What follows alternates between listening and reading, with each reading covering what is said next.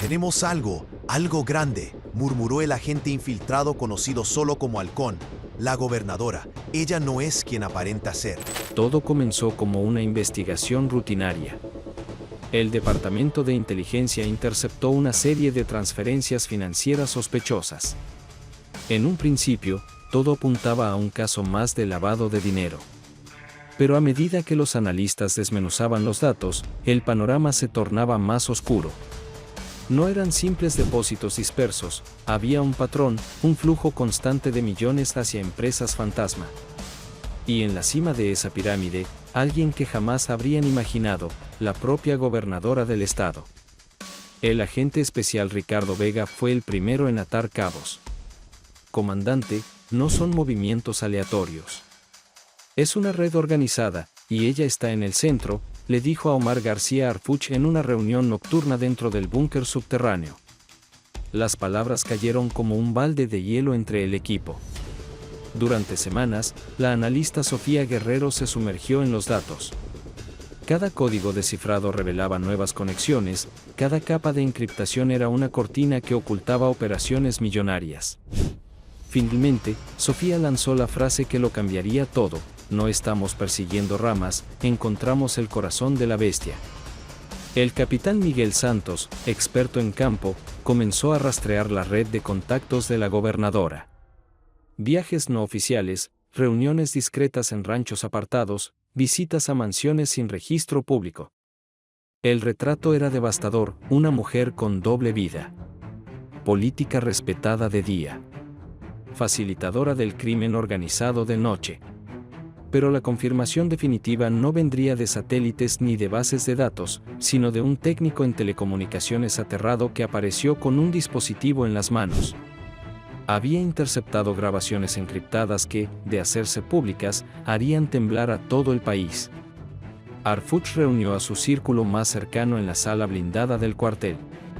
El silencio pesaba cuando la primera grabación comenzó a sonar.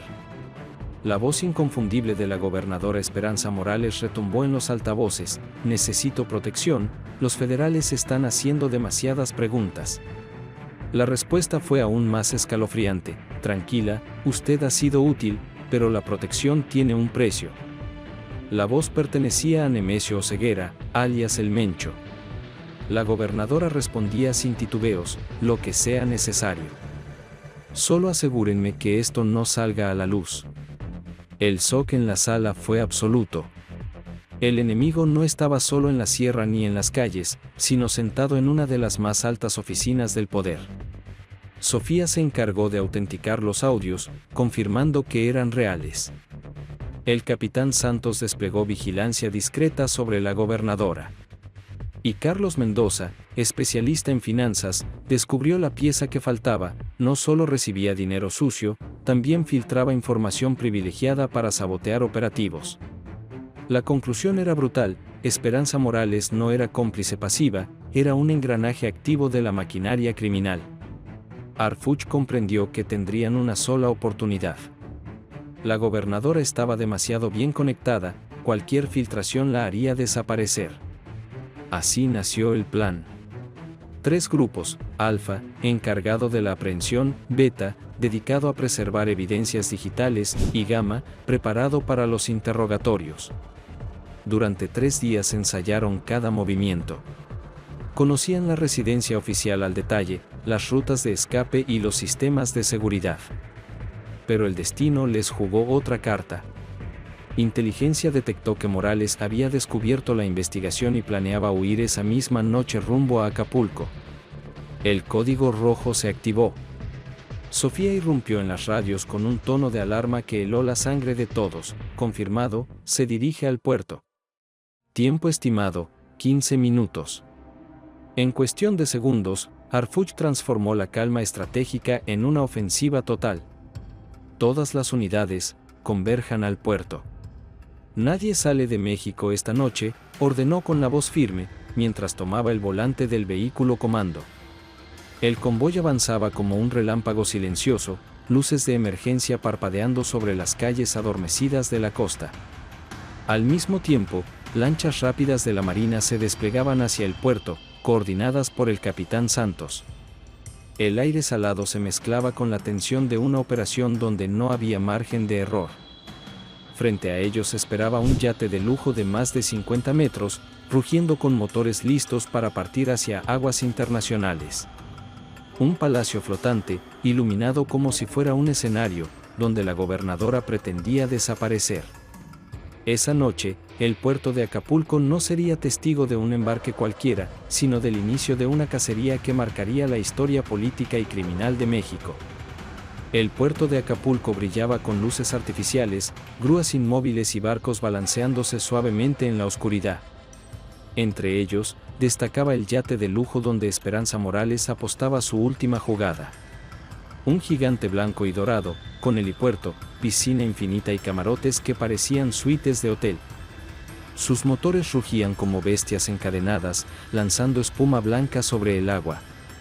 La embarcación estaba lista para cortar amarras y perderse en aguas internacionales, lejos de cualquier orden de arresto. Pero la gobernadora no contaba con que la red ya estaba cerrada. Desde el megáfono de un vehículo blindado, la voz de Harfuch tronó sobre el estruendo de los motores: Gobernadora Morales, está rodeada. No hay salida. Entréguese pacíficamente. Al mismo tiempo, las lanchas rápidas de la Marina surgieron de la penumbra como tiburones de acero, cerrando el círculo alrededor del yate. Los reflectores se encendieron de golpe, iluminando la cubierta como si fuera de día. La escena fue sobrecogedora. Tripulantes sorprendidos corrían en todas direcciones, algunos arrojándose al suelo, otros intentando esconderse detrás de estructuras metálicas. Y en la cubierta principal, como actriz en el centro de un escenario, apareció ella. Esperanza Morales, impecable en un abrigo de cachemira marfil, con un teléfono satelital en una mano y una maleta de diseñador en la otra. Su rostro, siempre calculado para cámaras y discursos, mostraba por primera vez un cóctel de terror y desafío. El viento agitaba su cabello perfectamente arreglado, mientras las joyas en su cuello y orejas devolvían destellos a los reflectores. Era la imagen de una mujer que durante años había controlado a políticos y criminales por igual, ahora acorralada, despojada de su poder. Por un instante, el puerto se congeló en silencio. Entonces, lentamente, Morales dejó caer la maleta.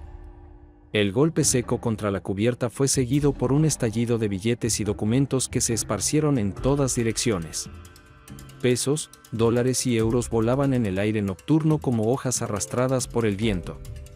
Pasaportes falsos y títulos de propiedades secretas se esparcían ante los ojos de todos, prueba material de su caída.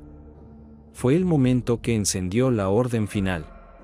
Agentes de élite descendieron en rapel desde las lanchas, moviéndose como sombras entrenadas para una coreografía mortal.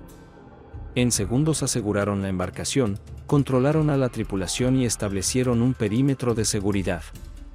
Morales permaneció inmóvil, desafiante, mientras Harfuch subía por la escalerilla principal.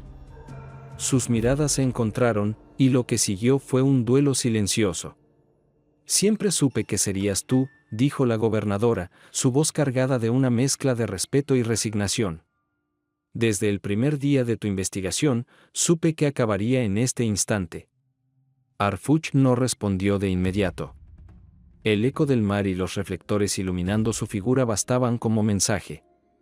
Finalmente, pronunció con tono firme: «Esperanza Morales queda arrestada por asociación criminal, lavado de dinero y traición al Estado». Los agentes la esposaron en la cubierta, mientras los medios, alertados por filtraciones, capturaban la escena histórica. Una de las figuras más poderosas del país, esposada bajo los reflectores, en el mismo yate que debía haberla llevado a la libertad. El contraste era brutal, de símbolo político a trofeo del crimen organizado expuesto ante toda la nación. De regreso a tierra, Morales se mantuvo en silencio, observando la ciudad a través de la ventanilla blindada. Detrás de su aparente calma había preguntas que ardían como brasas. ¿Había caído por su codicia, por miedo o por amor? Solo una confesión posterior revelaría la verdad.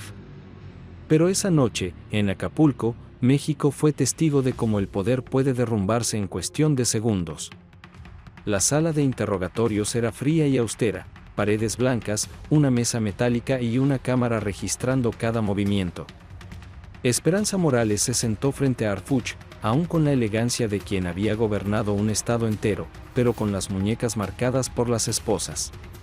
La sombra del yate, el dinero esparcido y los reflectores aún flotaban en el aire como un recuerdo reciente. Harfuch abrió el expediente sobre la mesa y habló sin rodeos. Comencemos por el principio. ¿Cuándo inició su relación con el cártel? La gobernadora suspiró. Sus ojos, que antes proyectaban poder, ahora cargaban el peso de una confesión inevitable. La versión oficial nunca será la verdad, murmuró. Yo no comencé trabajando para ellos, ellos comenzaron trabajando para mí. Su voz resonó en la sala como un disparo. Explicó que al asumir el cargo heredó un estado colapsado por la violencia, con la economía desplomada y la población aterrorizada. Ningún método convencional funcionaba. Entonces, ellos vinieron a mí. El nombre apareció como una sentencia, el Mencho. Ofreció un pacto oscuro. Ellos se encargarían de controlar la violencia y mantener alejados a los demás cárteles, mientras ella garantizaba que ciertas operaciones no serían interrumpidas. Parecía una solución pragmática, confesó Morales con la voz temblorosa. Harfuch encendió un altavoz con la grabación interceptada. Las voces llenaron la sala, la de Esperanza aceptando suspender operativos, la del capo presionándola a dar un paso más allá. Esta vez, todos notaron lo que en la primera escucha había pasado desapercibido: miedo. Me negué a facilitar un atentado contra usted, dijo ella, mirando a Harfuch a los ojos. Ahí tracé la línea. Pero el daño ya estaba hecho. Las cuentas offshore, las reuniones secretas, los informes filtrados, todo confirmaba que había sido parte de una maquinaria que drenaba miles de millones del país. La red descubierta tras su arresto se extendía a jueces, políticos y hasta oficiales militares. La operación se había convertido en la mayor investigación anticorrupción de la historia reciente de México. Sin embargo, lo más devastador aún estaba por salir. En un encuentro posterior, Morales pidió hablar en privado con Harfuch. Su voz ya no tenía el tono calculado de la política, sino la fragilidad de una madre. ¿Quieres saber por qué acepté realmente?, preguntó, con las manos temblando. No fue solo por dinero o poder. Ellos tenían a mi hija. El silencio en la sala fue absoluto. Morales relató cómo su hija María Elena había desaparecido en Barcelona, y 3 días después recibió una llamada: estaba en manos del cártel. Me dijeron que estaría segura mientras yo cooperara. Sus lágrimas resbalaron sin resistencia, borrando el maquillaje impecable que había sido su máscara por años. Cada firma, cada decisión que tomé, fue para mantenerla con vida. Harfuch permaneció en silencio, procesando la magnitud de lo escuchado. Frente a él no había solo una gobernadora corrupta, sino una mujer atrapada en un laberinto imposible. ¿Era culpable? Sí. ¿Había sido víctima también? Tal vez. Esa ambigüedad se convirtió en la mayor paradoja del caso. Esperanza Morales era al mismo tiempo verdugo y rehén, pieza clave en la red criminal y madre desesperada bajo el control del narco. El caso Morales desató una tormenta política. Algunos celebraban la caída de una de las figuras más poderosas, otros advertían que solo era la punta del iceberg. Los tentáculos de corrupción alcanzaban demasiado lejos. Mientras tanto, Harfuch sabía que el arresto era apenas el inicio. La confesión de Morales había abierto una caja de Pandora que podría incendiar a todo el sistema. Esa noche, cuando la trasladaron a la celda de alta seguridad, la exgobernadora se volvió hacia Harfuch y dijo con voz apagada: usted cree que ganó, pero en esta guerra, nadie sale limpio.